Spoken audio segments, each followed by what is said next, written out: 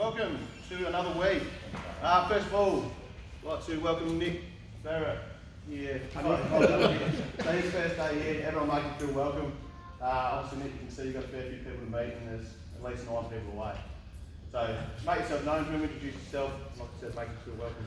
So if you work at Angaston, you might recognise Nick, and he's just been there and he's been from Bordertown and he's been at Lectel before that, so he's been around for a fair while.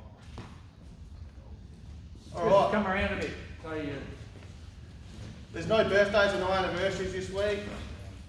In regards to work this week, short week, had a quick look this morning, we've got some polls, HV and LV maintenance, and then a couple of Customer Connect projects going on, and that's about it for this week. From there, I'll hand over to Nick to go into the switching. Yep, just a bit of stuff here, guys. So you would have all sent an email last Friday, I hope. So just to reinforce the importance of identifying some faulty and damaged DFs out there. So as you're aware, we had 2 failed last week. So please ensure we do a risk assessment on site. Make sure the switching operator is positioned clear of the danger zone and a drop zone has been established. Please let me know if you've got any thoughts or improvements of how we can manage our safety and anything around Brown DFs. I know Darren and Lucas are doing a bit of work in the background to raise it through the business, so watch this space. Just to reinforce, so switching toolboxes, so they've been pretty slack as of late. I'll put my hand up, I've been pretty slack with them too. So as of tomorrow, we'll be holding it inside right here, 7 o'clock every morning. We'll be doing it as a group while these guys are in Manham, and we'll just reassess it as we go. So 7 o'clock here, unless obviously you've got operation requirements where there's early starts and whatnot. Just as TSW6 be mindful not to start our briefing at 7 o'clock when we know this toolbox is happening, right? So just to end on, continue to log our switching near misses through Enablon. Thanks to the guys last week who did this with those DFs, and 83 days no switching incidents. Mark? Yep. That's all I had. Just on the Enablon entries, I know we bang on about it, but when it comes to something like these failed DFs, there's 50 of them out of service or tagged out of service at the moment. That's the information we found yesterday, so we've started working with the business to try and understand what it means to us as an operational group. But the entries in Enablon, Lucas found, I think, was 150? 180. 180 entries. So every time we add an entry, it gives us a better understanding of our business. So this becomes really important to us when we want to understand or put it in context what the 2 failures last week were. So please keep the reporting up and keep the discussions up. After last week, I think some people learnt things about technique in regards to how to open DFs, what are your options. These are a great source of information and to pull our experience together when we're talking about switching. So please keep the conversations alive, support Nick and the other mentors in bringing something to the table and getting involved. Thanks guys. So moving on to some DS incident near misses and hazards. There's about 8 to go through here, so again, well done on your reporting. It's great to see, so I'm just going to read through them briefly. So down south, they found a ladder damaged on a ladder rack on a truck. They just found it, reported that it didn't use the ladder obviously, so good reminder, check your equipment before you go to use it. Old DF broken, we've been through a couple of them already. So again, make sure we're doing a good risk assessment on these brown DFs or any old switching equipment. Baden's group, they were repairing a pit and they got to site and they noticed a pit that wasn't actually on the low voltage mat. They assessed the pit and worked out it fed the flisser in a switching cubicle. So they changed their switching around and completed the work they could. So we don't have much more information on that yet. We're still following up exactly what happened there, but it looks like if we disconnected what we're going to do, we would have taken off the supply to the flisser. I'm not sure what the implications on that would have been. So again, something's out of normal out in site, check it out, ring your leader if you're not sure. We had a strained back lifting up the side of the tipper. There was 2 guys doing the lift, but we still come out with an injury, so especially if you've got a history of back injuries, just maybe avoid lifting heavy gates or use mechanical aid where you can. I know there's talk of installing the rings on these tipper sides to lift the crane. That's not done here, I don't believe. just working with Fleet on that at the moment.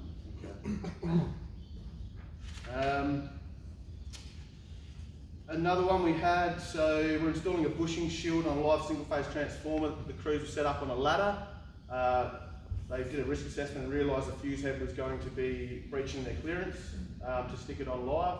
So they didn't proceed with the job and advised me at DNG's transformer to do that because ladder only access. So it's a good example of conducting a risk assessment prior to trying to undertake a task. The lack of clearance was taken into account because adequate clearance could not be achieved whilst working off the ladder. The task in this example can only be safely achieved with working out an EWP to increase the angle between the metal part and switching and stick head. So just brilliant risk assessments on site. Well done. Another report of the Brown DF, which we've been through as well. There was 2 of them last week. Another switching safety incident. So after placing a live line tap on a recloser source side, they placing it apart, they realised they couldn't place it to the earth position because of the transformer tap that was live, and they also discovered that one of the taps wouldn't have even reached the earth position anyway, so it was never built properly in the first place. So again, great risk assessment on site for the guys switching. Well done on that. All right, now moving on to some customer thanks. So we got here a whole heap of crews, but Edmund's one of them. Tim Page, Leanne, Joyce in particular. The customer communication team would like to thank and compliment the above people for their amazing work in relaying updates regarding forced outages, cancelled planned work, network issues like flipping power and outages affecting the same customers on multiple dates. So just keeping customer communications in the loop. Well done to you guys. Another one for Tim. He contacted customer communications advising that they finished repairing a HV cable fault. Which means customer communications can send out the messages and let the customers know the power's back on so they can head home. Corey and Justin. Sue wanted to compliment the crew who attended today to repair their fault. It was a prompt service and it made her feel very special. No worries. There It wasn't special. That's Bruce McAvaney's place. One for Camo Fraser. Cam contacted Customer Communications again, requesting some advance notification to be sent out to customers in the Camaraka Township. So it just gives Customer Communications the opportunity to send out messages or ring, whatever they do to bigger businesses and whatnot, before the 5-day mark they get their normal notification, which everyone really appreciates. We have Seb, Aaron, Nick, Ryan and Andre. The incident Saturday night in Jamestown shows a great team can come together as from the guys and girls on Saturday night switching, cleaning up and prepping. For the crews to get a leap forward Sunday morning, great efforts by the Sunday crews. Thanks to all involved, please pass this on if I missed anyone. I reckon Ryan briefly touched on that last week. That was a guy head up Jamestown with the truck hit pole or car hit pole. So well done, lots of thanks and lots of Edivin mentions there, that's awesome to see. Moving on to some general depot stuff. Tools are still going missing. The spare truck was used and it come back reported all the batteries were missing off it and some various other tools. So what do we need to do, or what do you need to do for us to fix this? Because it's just becoming frustrating. You're only setting up the next person that's going to use the truck if you take something off it. If you need something, come see your leader, or if no one's here, leave a note. It's as simple as that. Don't just go take things off trucks. You're just setting up the next bloke. That's the second time that truck I borrowed it back when I was still on the truck, and I got Green to give me 2 brand new ones. Yeah. And they've obviously been taken again, so that's 5 at least that disappeared off that truck. Yeah, but there was no, I used the truck, there was no, you've got Green to replace 2, so there was obviously 3 to begin with. Yeah. Another 2's gone on that truck, and that's 5 that disappeared then. So someone's taken these batteries, someone knows, whether you're in this room or you're away working right now, someone knows where they are. If you need batteries for your truck, do it the right way, go see Greg, let him know. Don't just go take them. We're at a loss in here, like, we're sick of hearing about it. And it affects you guys just as much as it affects you guys more. I've got batteries from pretty much like every other truck except mine, so I'm guessing someone's got my batteries. So Okay. we'll swap meet or something. That would be a really good idea. Everyone should go over the trucks and just check out what you've got, make sure it's your colour, and make sure it is painted. If it's not painted, paint it up. If you need paint, we'll get you paint. We need to fix this problem because it's getting really frustrating for everyone. Right? And this is directly in your control. It's out of our control. We don't move the tools around or take them. Just leaving a note on the dash that you took something because you needed it, understand. But just communicate. All we're asking. And it's directly in your control. So if you're frustrated about it, look at the guy next to you, because you guys are the ones that are going to sort this out, not us. And if you see someone snooping around in other trucks, ask them what they're doing. Make sure they're doing the right thing. And also, it will end up affecting you as well, because if your truck goes in for maintenance and you get stuck with that truck for the day or whatever, it's not fun when you get out to site and you go to start doing your works and you find there's crap missing, tools missing. Batteries, the big one, like you can't use any power tools, makes your day a lot harder than it needs to be. Yeah, that's what I mean. Don't set each other up. So if someone can come up with an idea, because we've got a couple of guys just starting here now, they're not going to have any idea what colour tools are on what truck here. If someone could got a bit of an idea of what we could do to the front of the truck, so when they're parked in there, we've got some colour markings behind. Are the trucks all getting parked in the bays that they're supposed to be? Yeah, that sort of needs looking at, because most of the mains there, Yeah, but the truck numbers haven't changed. So the truck's going in the right way? most of the time, yeah. Why not all of the Well, time? sometimes there's stuff in a bay, or the chipper truck will turn up or something like that. And then the guys come home, if one guy's out of step, they're all out of step. That's the same with the tools. So from today, so when we have fleet come in on RDOs, we got to direct them to where the truck is for a start, and if they're in the right spot, then that's where they should be. Shouldn't be any reason why not. If there's some stuff in the way that's happened during the day, it's probably our, see them and get it shifted and put them in the right spot. But if someone come up with an idea so that you can easily see going along which truck's what colour, I don't mean painting a big bloody square on the front of the truck, but if there's something we can stick a sticker inside the windscreen or something like that, so it's real clear when you walk along. I've got a green battery here, oh that's off that truck there. I'll go and leave it by the, not under the front wheel, but by the door or something like that. So it can easily be swapped around and stuff returned, because the new guys, we're just setting them up to fail. Don't know where to take. Because the signs behind the truck, people's names on them, their names are colour coded the same as the colour of the tools on the truck. Yeah, but that doesn't help if the truck's not parked in the right spot. Yeah. Yeah. But if the tools are in the depot, that's a guide. So Yep. you know what colour is stuff. Alright. We'll So, do yeah. something at the team meeting about this, just be warned. Any ideas? Welcome to hear them. We all want to fix it, I'm sure. More general depot stuff. Forklift gas bottles, make sure they're secured to the fence near the dungeon.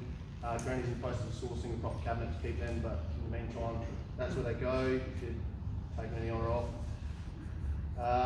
DFib units, we've sourced 4 extra units for DS Remote Works, sourced from Mark Davies. If you're heading remote, as a guide, grab one of the units if you travel to regions that require you to fill out your national driver work diary. Fair enough, good idea. So just keep that in mind if you're heading away. 4 DFib units, in Mark's office there. Just now on absences, just please advise myself or Tinny, if you're TWA, if you're absent, sort of just get a bit loose. It's good to let your 6 know as well, and that's fine, or your ops supervisor. Just make sure your 8's in the mix as well, because we start the ball rolling with Leanne and moving the schedule around to fix the issue. So if you're letting other people know, that's perfectly fine. Just keep your 8 included as well. It's actually probably good to let everyone know. That's all for general depot stuff. Ginny's going to go through some safety alerts. I've got 2 safety alerts, I think, in one equipment bulletin. So, dump truck tip over, Saturday 10th of April, 4 PM. Contractors working on the Flagstaff Hill expansion project, went from their load of rubble on site. During the tipping operation, spotted notice the front passenger side wheel lifting from the ground. They instructed the driver to lower the tipper tray. As the driver lowered the tray, the truck continued to fall onto the driver's side. So, obviously the truck's tipped over there. The truck received damage to the driver's side mirror, the front windscreen, and the driver was taken to the hospital for a checkup. The possible causes, the ground was uneven and soft. The project is based on a steep hill and the load had shifted during the tipping operations. We don't do a lot of tipping on site, but just be aware, they do move around. There's a lot of load in the back of those tippers. Switching vigilance, so this is us on Bower Road. I know some of you guys are on that project. Planned switching was carried out to replace a pole Bower Road. The switching program instructed main earths to be erected work position side of TF 13286. The crew noticed 66 kV line. We're concerned about induced voltages, chose to erect the main earths on the work position side of the sub-transmission line. So still, according to the switching program, still correct, and still work position side of the DF, but half a dozen poles sort of east, I think it was. This was excellent action taken by the crew, demonstrated vigilance for potential risk and great decision making. They considered both the switching program as well as best switching practices. So we got 2 comments here from, so this one's from Cobbs. This works program represented a number of challenges, including working on a Department of Infrastructure and Transport road, multiple work crews, contractors and unusual electrical wiring. While maintaining a safety focus, the crew identified a risk, applied controls and importantly communicated the controls, so we were able to prevent a reoccurrence. Well done to all involved. This one's Ali Walsh. This event represents great situational awareness from the crew, a good understanding of the electrical risks they deal with and a way to manage them to keep themselves safe. So well done everyone on that. That was Ryan's job. That's good work. Equipment standards bulletin. So this is for an 11 kV 11 and 33 distribution style S&C fuse. These are on the gum plate, so we do work with them. So to reduce the risk of this occurring, so they keep flashing over, they've sourced a bracket and introduced a fuse on the cross arms. It was created in 2016, but it's not on all cross arms. So it's an RD 1335. All poles are affected, action taken. So these haven't been installed. Action will be taken, so they're going to raise a defect for any pole found with these and have them replaced. So if you see them, it's just the S&C style fuse. They want to install a little standoff insulator. If you come across them, it's a defect, just be aware. I think the inspectors will pick it up before we get out there, but you never know. Did you say they want us to install it or not? No, they're going to raise a defect, so potentially they're in our outage areas. They've also got to cut off a little copper strip at the bottom of the S&C. Yeah, right. Swing points. So if you see that on site, just be aware. So any 11 kV 33 distribution style S&C fuse, just keep that in mind if you see it. It says on there that it's still safe to switch on. Still safe to operate on, but a defect will be raised. So whether they'll get us to replace it then and there, or whether we'll come back, or whether it will just go to a Saffron depot, more than likely a Saffron depot. Any questions on that? That's all I got. Anybody else going to bring up? Thank you.